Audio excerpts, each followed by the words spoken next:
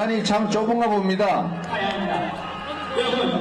우리 저기 7번이 장혜찬 후보죠. 우리 장혜찬 후보 의제차 잠깐 부탁 좀 드리겠습니다.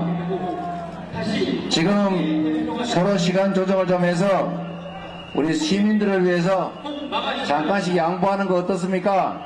이재명 경기도청 법인카드 의혹을 폭로한 고객세무자 조명현이 있다. 이재명은 조명현에게 사과하라. 여기 조명현이 와 있다. 참 못됐네. 이런 거를 선거 방해죄라고 합니다. 그냥 귀엽게 봐주세요. 저렇게라도 해야 어디 신문에 한 줄이라도 나니까 그러는 거 아니겠습니까? 부산 수영구 하면은 부산 내에서도 18개 지역구 중에서도 보수 정당의 그 지지세가 가장 강한 몇 군데 중에 한 군데인데 예. 이렇게 분열이 돼가지고 민주당 후보의 당선 어부지를 준다면은 그 역사에 죄를 짓는 거라고 생각합니다. 네, 어제부터 사전 투표가 시작이 됐기 때문에 투표용지에 이름이 그대로 남아 있어서 지금은 이제 단일화를 한다고 해도 그 효과가 사실은 좀 줄어들기는 합니다만, 박상원 교수님, 그럼에도 불구하고 각 지역별로 단일화 변수는 여전히 남아 있다고 보시는지.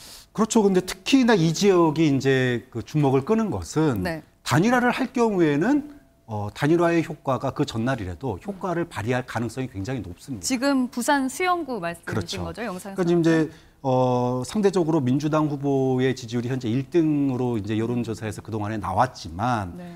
사실은 이 표 분산 효과가 뚜렷하거든요. 네. 소위 국민의힘 지지층의 표 분산 효과가 뚜렷하기 때문에 어느 한 후보가 선거 전날이라도 만약에 사퇴를 할 경우에 그중에 반의 반만 옮겨줘도 사실은 얼마든지 역전이 가능한 그런 상황이기 때문에 단일화에 대한 압박이 양 후보에게 가해질 거고, 특히나 지금까지 최근 여론조사에서 그 격차가 이제 장혜찬 후보가 조금 뒤지는 걸로 나오더라고요. 그러다 네. 보니까 장혜찬 후보에게 그 압박이 고스란히 가해질 겁니다.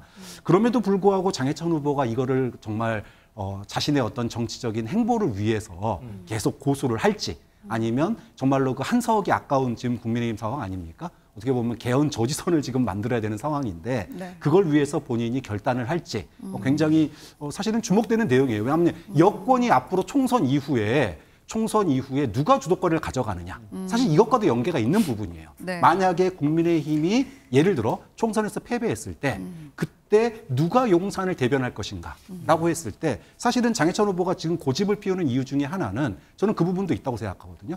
만약에 소위 총선 패배의 원인을 둘러싸고 내분이 터졌을 때 용산에 입이 돼서 스피커가 돼서 난타전을 벌일 수 있는 후보는 나밖에 없다.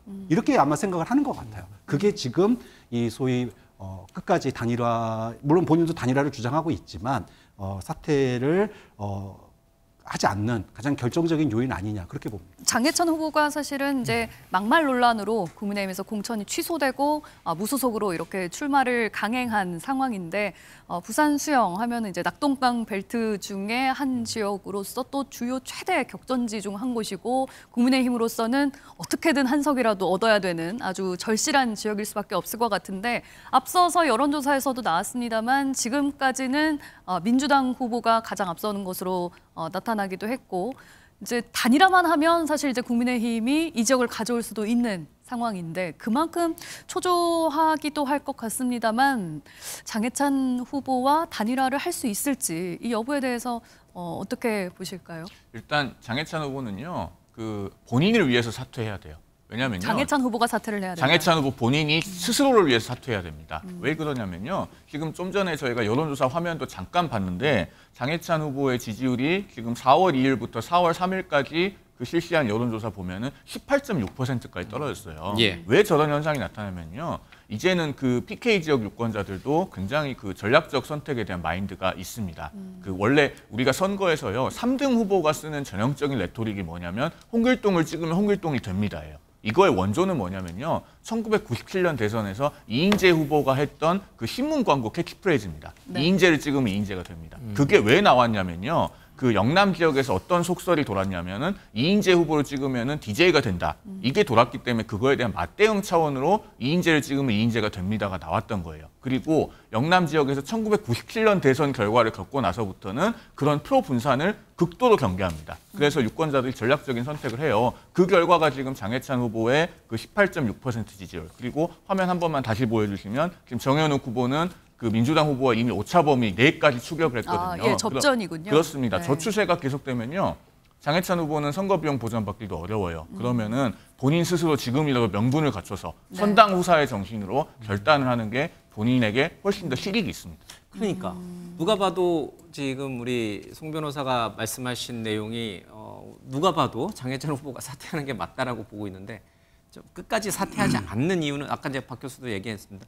대통령을 결국은 지키기 위해서라고 봐야 되는 거예요. 대통령을 지키기 위해서라면 한 석이라도 더 얻어주는 게 지키는 거 아닙니까? 그러니까 말에 모순이 생기는데 사실 그게 왜냐하면 여기 수영구를 잃게 되면 두 석을 잃는 거예요. 사실상 그렇잖아. 여긴 무조건 거의 당선되는 곳이었고 뭐 이변이 거의 없는 곳인데 여기 그럼 민주당 후보가 된다는 거는 이거는 두 석을 사실 우리가 잃는 것 아니겠습니까? 뼈 아픈 거죠. 그리고 저는 그래요. 말하자면 장해찬 후보 입장에서는 여론조사든 뭐든 다 수긍할 테니까 하자고 하는데 과연 그거를 공당에 말하자면 공천을 받은 후보가 자의적으로 그러면 그걸 그렇게 내가 그럼 할게 해가지고 그냥 여론조사든 뭐든 뭐 아무것도 내가 해줄게라고 할 수가 있나요? 이건 당의 또 허락을 받아야 된다. 공당의 예. 시스템이라는 게 있잖아요. 그렇기 때문에 저는 장해찬 후보 저도 뭐 함께 방송도 많이 하고 안타까운 마음이 있습니다만은 이럴 때일수록 공인의 자세로 돌아가야죠. 전직 최고위원이고 그다음에 대통령의 정말 1호 청년 1호 참모였다 예. 그러면은 정말 윤석열 정부가 단 지금 한 석이 위중한 상황에서 그렇게라도 대승적 결단하는 게 저도 안타깝지만 고언을 드리고 싶은 마음이에요. 근데 장해찬 후보가 네. 지금 사퇴를 하는 것이 선당후사를 하는 것이 스스로를 위해서 좋다고 말씀하셨는데 장해찬 후보 그렇게 생각 안 하는 것 같습니다. 왜냐하면은 정현욱 후보가 국회의원이 되면은 자기는 이제 수용해서 힘들어집니다. 4년 후에.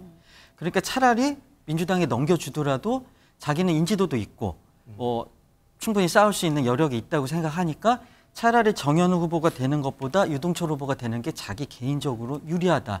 이 판단을 하니까 이렇게 하는 거 아닙니까? 알겠습니다. 그래서 그런 부분이 있을 것 같아요. 예, 저마다 이제 이게 왜 장해찬 후보가 사퇴하지 않는지 또 너무 이게 장해찬 후보에게 사퇴하라고 자꾸 압박을 가하는 것도 사실은 옳지 못한 것 같기도 하고요. 이제 본인이 잘 판단하실 거예요.